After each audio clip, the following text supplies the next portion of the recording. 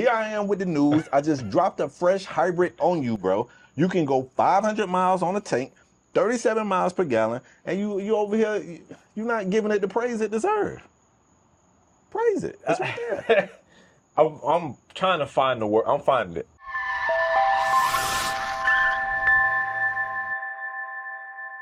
What's going on, folks? It's Spade. It's Cam.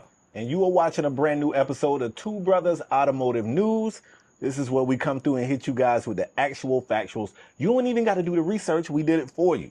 Cam, you want to kick the folks off? Yeah, man. This is episode 19. Is it? Rock with it? Yeah, 19. It's amazing that you keep up with it. Yeah, we getting close, man. We getting close to the big 2-0. So, all right, Spade, I'm going to kick this off. And this video, I'm going to be in Germany a lot. Good. But I'm not starting off with the usual.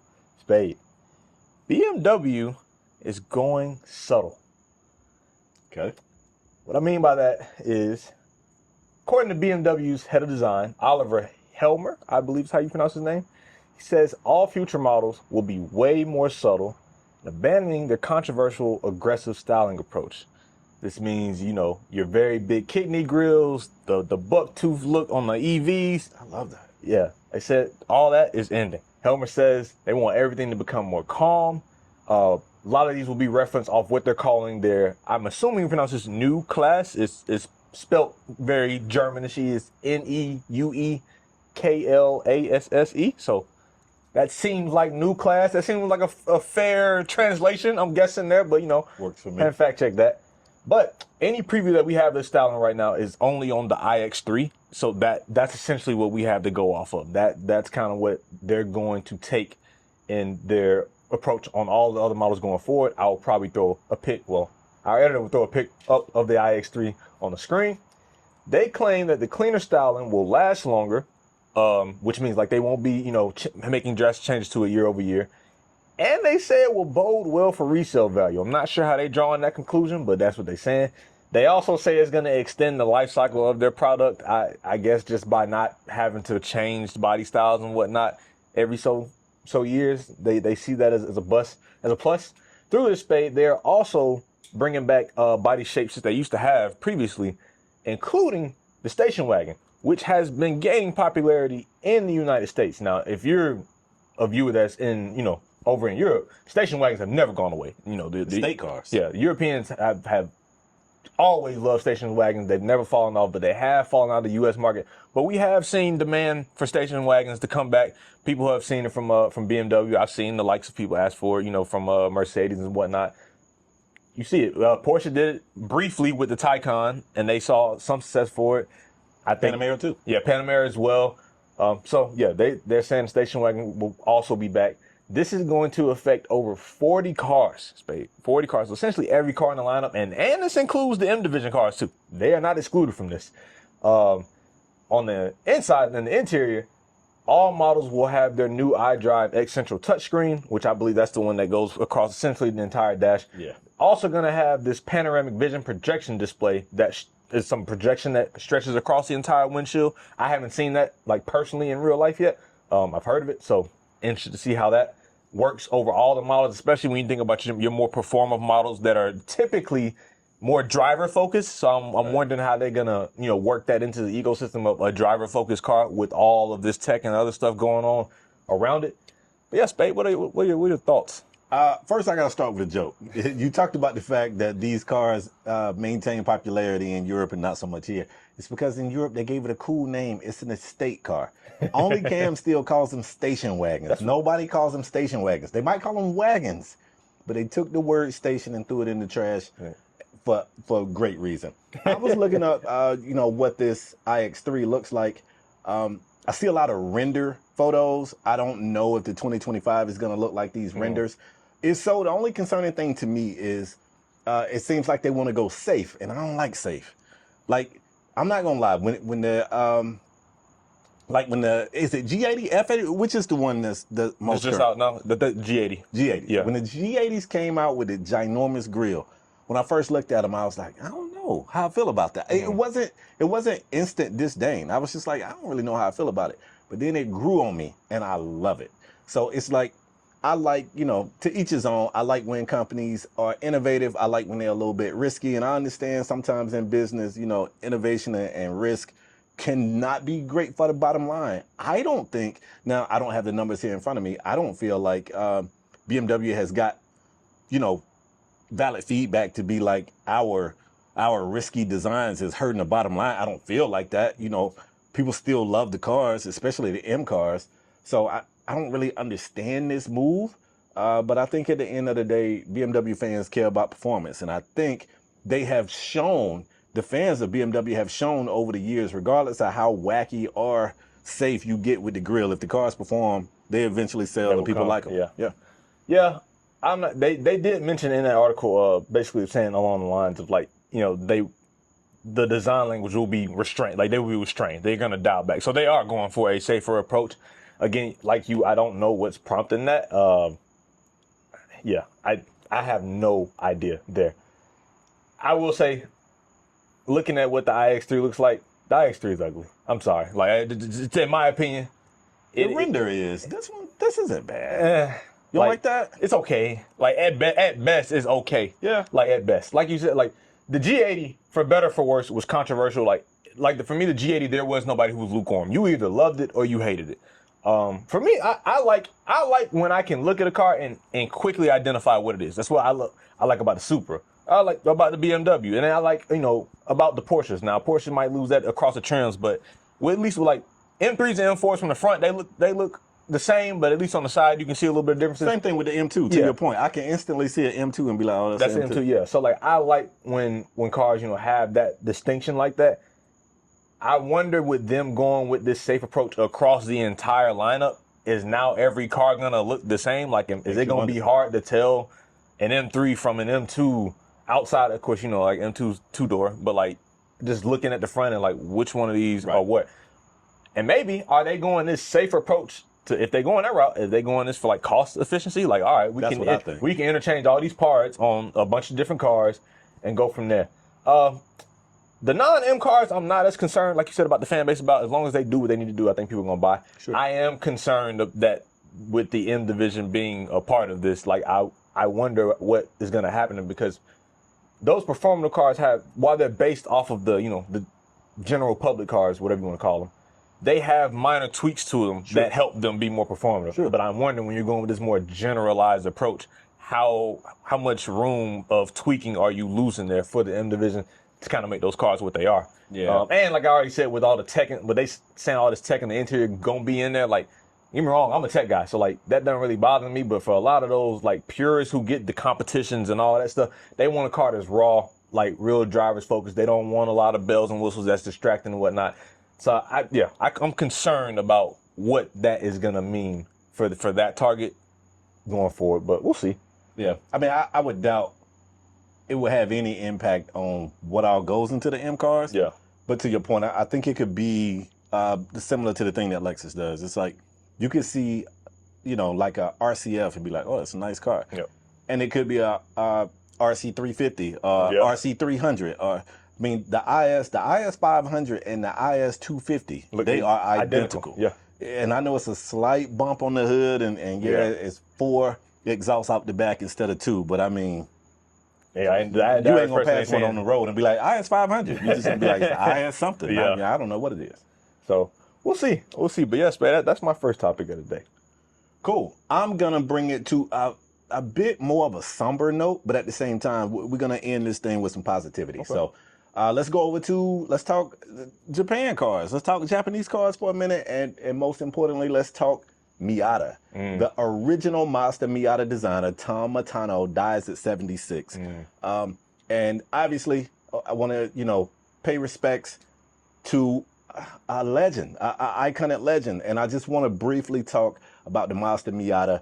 I personally am not a Miata fan. I'm also 6'4", and I think I would have to sit on the trunk of a Miata in order to drive it. But people who love them swear by them, and they'll scream from the tallest mountaintops about why they're so great.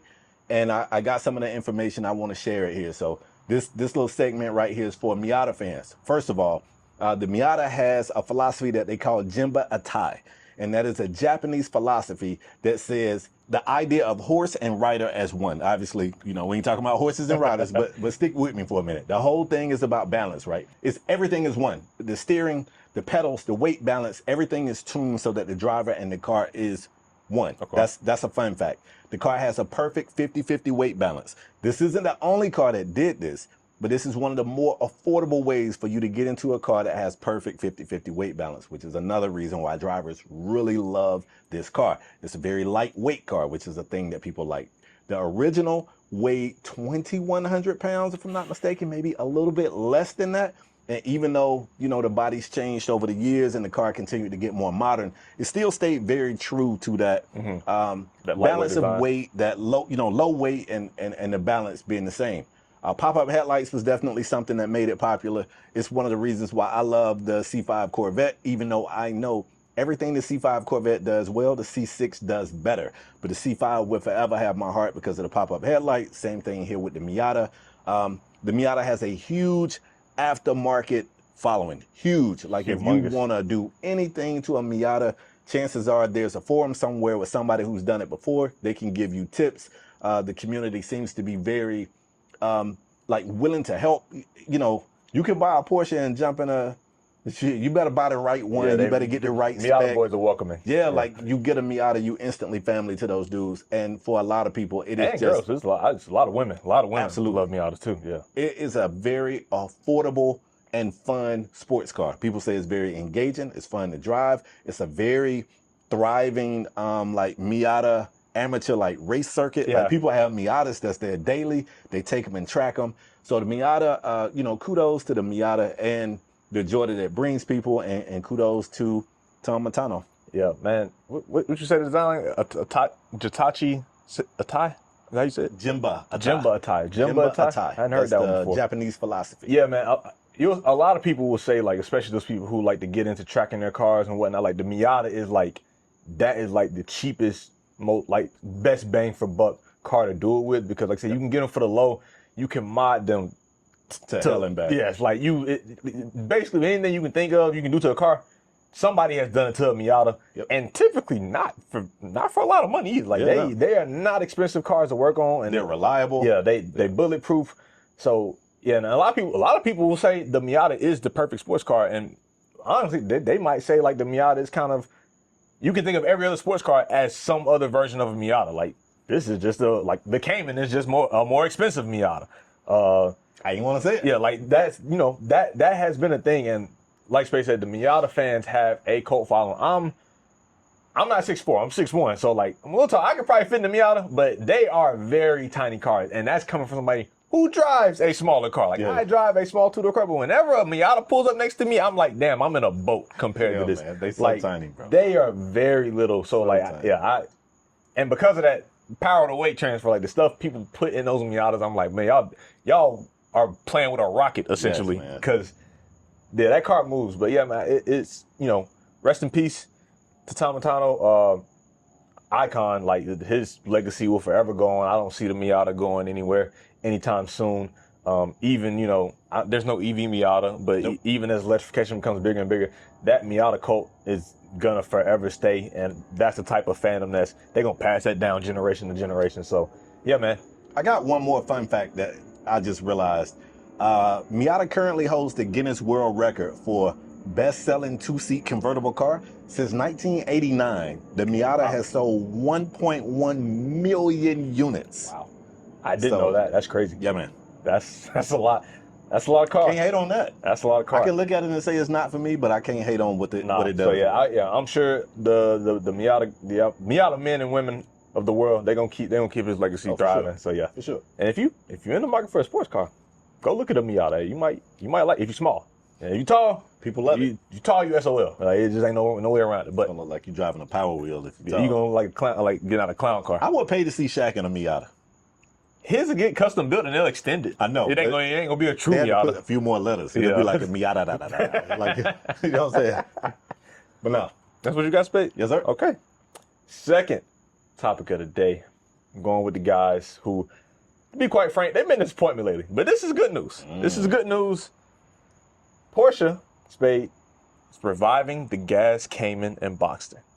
Okay. Now, if you're new here, some episodes ago, a long time ago, we talked about how Porsche was getting rid of their gas Cayman and Boxster Which models. I didn't like. Yeah, Spade didn't like. I didn't like. Nobody really liked because, like I said, you know, if you're not familiar with the Cayman, Cayman is kind of. A lot of people say the Cayman is the better sports car out of it between him and his big brother 911. I don't agree with that, but that's what a lot of people are saying. But they got rid of the gas models and they were going to send the Cayman full EV at the same time when they sent the Macan EV. So, and that's still going to happen. The current 718 gens are they're still leaving, I think, next month. Next month is when you can get the last current version of a 718 Cayman Boxer in a gas model. But the next gen or the next version of this is they're gonna have gas models, but Spade, here's a twist. It is basically alleged right now that the gas models will be reserved for only the top trims of Caymans and Boxers. And I ain't even saying GTS. It's alleged that it might just be RS. Yeah, it might just be the RS models that get gas. Not even regular gas GT4. Engines. I don't know. Wow. We don't know. But Spade, this would flip. Since EVs have entered the market, this would flip the usual format of manufacturers who are doing both gas and EV on the same platform. Typically, the EV models have always been more expensive than the gas models, but of course, we've seen how EVs have been received by the market over the years, blah, blah, blah. Y'all know the story at this point. This will be the first time I think we see a manufacturer outright say, hey, the gas version of this platform is going to be the more expensive option if they gate it by the higher trim.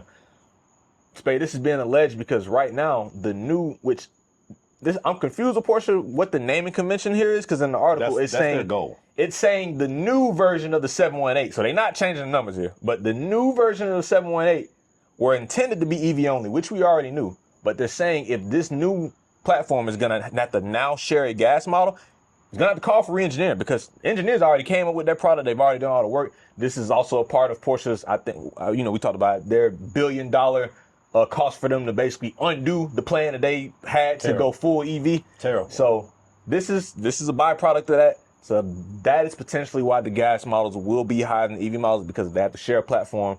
Engineers got to go in there and figure out how we gonna fit an engine back in here, how we gonna run these exhaust lines and all this other stuff. So yes, babe, some good news with that, but it's a lot of challenges for Porsche to figure out. Is it even good news? I think it's good news for the consumer. I don't think this is good news for Porsche necessarily. I mean, it's good news for 3% of the consumers. If it's only that RS, I mean, first of all, you got to be the prince of a small town to get an allocation for it, and then you got to be able to afford it. So, I mean, if it only comes back in that, I mean, you feel like at that point, you feel like at that point it shouldn't even bring back? Did the tree in the forest that you went there to see, did it make a sound? Like, who knows? You gonna tell me you gonna only do something to the RS models? Now, what I'm wondering with that, and what I don't know, is although a smaller percentage of people buy the RS models, I wonder how much of the Cayman and / Boxster revenue do those models make up? Because a small amount of people might buy them, but if that's making up the bulk of Cayman money, then I could see it. If that's the case, I don't know that to be the case, but if that is the case, Spade, I find it weird. And you said this when they talked about announcing a new SUV instead of bringing back the Macan. Just bring back the 718 as is. Like, just bring it back. Like, just hustling backwards. Yeah, like, there's no need to put it on a new platform. I don't think anybody, like, if you talk to me and you be like, what would you like to see in a new version of the Cayman? Tweak the rear end a little bit more to go closer to the Panamera / 911 back end. That's the only thing I would say. Everything else, like, I like the front of the Cayman back end. I don't want it to look like the other cars in your lineup. I want it to be distinct. Like, I don't even hate that. I don't hate the back end. Yeah, I don't hate that it's different. I hate it. Yeah, I don't love it, but I hate it. You hate it? I don't want it to look like everything. Yeah. Like, we just got through praising how certain cars are so distinct. You know what I'm saying? And at this point, the ugly rear end is part of the identity of the Cayman to me. You know what I'm saying? So that's why I'm not saying go full like 911 Panamera. Just in that family, do something, because I got to give the Cayman back in like a 6 out of 10. Like, it's not my favorite. I love the front end is great. Everything else about the car is great, but like, the back to me, you got to have a wing. If you don't have a wing, it just looks funny. Don't turn around. Yeah, it just look a little funny. But yeah, I'm sure all the GT4 RS and I think GT4 is the only one that, if you got that car, then this is good news for you.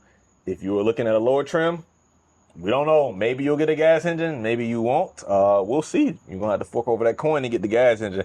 And Spade, I wanted to hit on that part too, because I do think, I'm not saying they're going to start the trend, but I think this is going to be a trend going forward where manufacturers who are going to keep gas and electric models, because of how EVs have been received, where they depreciate worse than any gas, counterpart that we've seen. Sure. I think we are going to start seeing this trend where the EV models are going to be cheaper and the gas models are going to start being at a premium, especially as electrification just across the world starts to become more and more adopted. Like people are getting off of using fossil fuels for stuff like that, like just trying to be more clean and whatnot. I think using gas powered engines are going to cost consumers a premium going forward.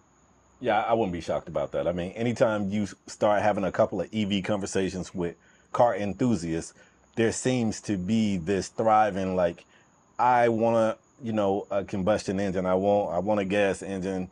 And, if it's supply and demand, if it's more demand for gas engines, then of course that's going to drive the price. Yeah, it's going to be interesting to see that. I don't want to go on a tangent, but like, it's so funny that this push for EV is so hard, but I feel like the auto industry missed out. They should have had this type of push for hybrids. Hybrids, to me, didn't get the marketing that they deserve. I think hybrids, when you talk about cars, I think hybrids are the perfect balance in most cases. Like you get added, fuel efficiency for the most part, or performance in some cases, and you still have a gas engine, so you don't lose all the soul of that, but you gain a lot of the good that comes with having some electrified parts in the system. But I feel like not even just the country, but as a world, we just say, hybrids are here, cool, and then it's there if you want it, but who cares? But EV, full battery, push that, and it's like, really, the perfect product is like right here, and we just all said, no, we don't want to show that. So You like D-Wade? Do I like D-Wade? Yeah. Yeah. You like LeBron? Yeah. You just did the D-Wade pass, hands out. Let me LeBron dunk this thing and let me go. My next topic, get this. Are you ready for this? The new 2025 Jeep Cherokee has a hybrid drivetrain. Okay. Now, again, man, this was many, many episodes ago. I can't keep up with the numbers, but we talked about there was a rumor that Jeep was going to switch it up a bit with the new Cherokee. They was kind of getting a lot of, I don't want to say hate, but people was like, the Cherokee got to do something different. Like, it looks the same. It was kind of hate. Because, we had the conversation and be like, it's so weird that some manufacturers, they get praised for being like, keep it the same. Like, they never deviate from what works. And Jeep Cherokee, which I would argue, it's been a pretty good car. I mean, don't get me wrong. They've had their issues as of late. But I mean, if you look at like some history of cars, the Jeep Cherokee been around for a very long time, so they definitely have been doing something right. Y'all know what y'all did wrong. I ain't got to get into it. But anyway, we had hints and rumors that things would be changing, and we got a little bit more information. So the new 2025 Jeep Cherokee would be a hybrid drivetrain. Get this. It is rumored to get an estimated 37 miles per gallon, 500 miles on a single take of gas, and it's going to be powered by a 1.6 liter turbocharged 4-cylinder paired with two electric motors and one battery. It's a smorgasbord of power. You know what I'm saying? You're going to get an engine, you're going to get some EV motors and a battery. All that together is going to get you 210 horses, 230 pounds-feet of torque, and that's just under the hood. Outside, the car actually gets a little bit bigger. It gets taller, it gets wider, it has a longer wheelbase. And it gets heavier. It gets heavier, of course, but all of that together means that it's more roomy on the inside. Cam, this is not the face I want to see from a guy that just said we should be pushing hybrids. They should have had this type of push for hybrids. Here I am with the news. I just dropped a fresh hybrid on you, bro. You can go 500 miles on a tank, 37 miles per gallon, and you over here, you're not giving it the praise it deserves. Praise it. It's right there. I'm trying to find the word. I'm finding it. Okay. Because you just had praise. So I figured this was the perfect topic for it. This is kind of the perfect topic, but great idea, shit execution. How do we know? What's wrong with it? Jeep Cherokee is not a small car. No. And it got bigger. It's getting bigger. Yeah. They went hybrid, yes. Yes. But they put the smallest engine they could find with it. Absolutely. 200, like, I'll get me wrong, like, when it comes to this type of SUV, not a performance SUV, I'm not looking for nothing crazy. No. 200 horsepower? 210. 210. There's just 10 more ponies in there. 210 horsepower out of a full-size SUV that is getting bigger and it's going to get heavier because of the battery it's carrying. That is correct. Like, that feels like a miss to me. Like, It's not a miss. I feel like they're leaving some performance on. It's not a race car, though. Yeah, it's not. But I'm just saying, like, just a little bit more to make this. I feel like you get a little bit better performance. I'm just talking about speed-wise. I'm just talking about in general. Like, I feel like the car would drive better with just a little bit bigger of an engine. I think You know what else would happen with a little bit bigger of an engine? A little more weight. the car gonna be fat anyway. Yeah, I know, but I mean, why not save a little bit? Them say going from a 2.5 to a 1.6, that ain't gonna cost them too much. That's true. That ain't gonna cost them that much I was weight. thinking you wanted like a big V8. No. I'm just saying like at least 2 liters, like 1.6. I mean, What, a 4-cylinder at that? But even the 2 liter, what does that get you in performance? Going from a 1.6 to a 2 liter. I'm not saying like 0 to 60, but This shit still got a rabbit. I mean, it got a rabbit on a treadmill under the hood. Like it's either way. At least go like 3.6 liter V6. I think if you sub V6, who cares? It could be 1.5 liters. Yeah, that's true. I was gonna say that's another complaint I had. It's like turbocharged. 4-cylinder. I thought it was just 2 electric motors. No, it's a turbocharged. Okay, it's turbo. Okay, I missed that 1.6 part. liter plus 2 electric if it's motors. turbocharged, I recant my statement. Okay, I recant my statement. So praise. Okay, Come on, Jeep said we got you. No, they okay. That's good money. Yeah. My question with Jeep is the rest of the car gonna be worth a damn? Well, we got to wait and see. And honestly, is this engine gonna be worth a damn? This is hybrid engine, but hey, if anybody can fuck up an engine, it can be Stellantis. That is true. That is true. Right about now, the Cam ain't gonna agree with this. The only company that's making dumber decisions than Stellantis is Porsche right now. I can't disagree with it, Porsche unfortunately. I don't know. They making better cars. They just making dumbass They decisions. making great cars, but boy, they trying their best to goof it up. Yeah. So yeah, but no, I got to give them credit for that. I do like the sound of the hybrid. I do like it becoming a little bit bigger. I hope it's not becoming like 3-row seat bigger. It's not massive. Because I will say, to your point, I'm an older guy. Back in the days, I remember when the Jeep Cherokee and the Jeep Wagoneer were the exact same size, wheelbase. They was the exact same thing. The Wagoneer was always a little bit nicer.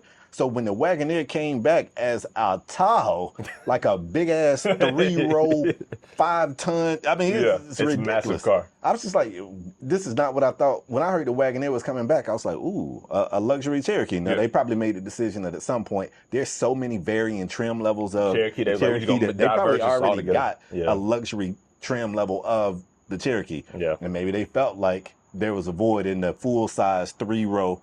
But I mean, that Wagoneer is ginormous, bro. I know we rented one and we drove it to North Carolina. It's massive. Did it break down? No, it was actually great. And I'm glad, because that ain't the experience for most people for y'all. This is not the topic, but I got to give them their flowers. To my surprise, that thing was exceptional on gas. Was it hybrid? I don't think so. I don't know. I don't know. I should know, but I don't know. We just got it and drove it. And I was like, oh man, this thing is big. We probably going to have to put a bunch of gas in it. I am interested to see the pricing on it, because you said 36 miles per gallon. That's what they're saying? Yep, 37.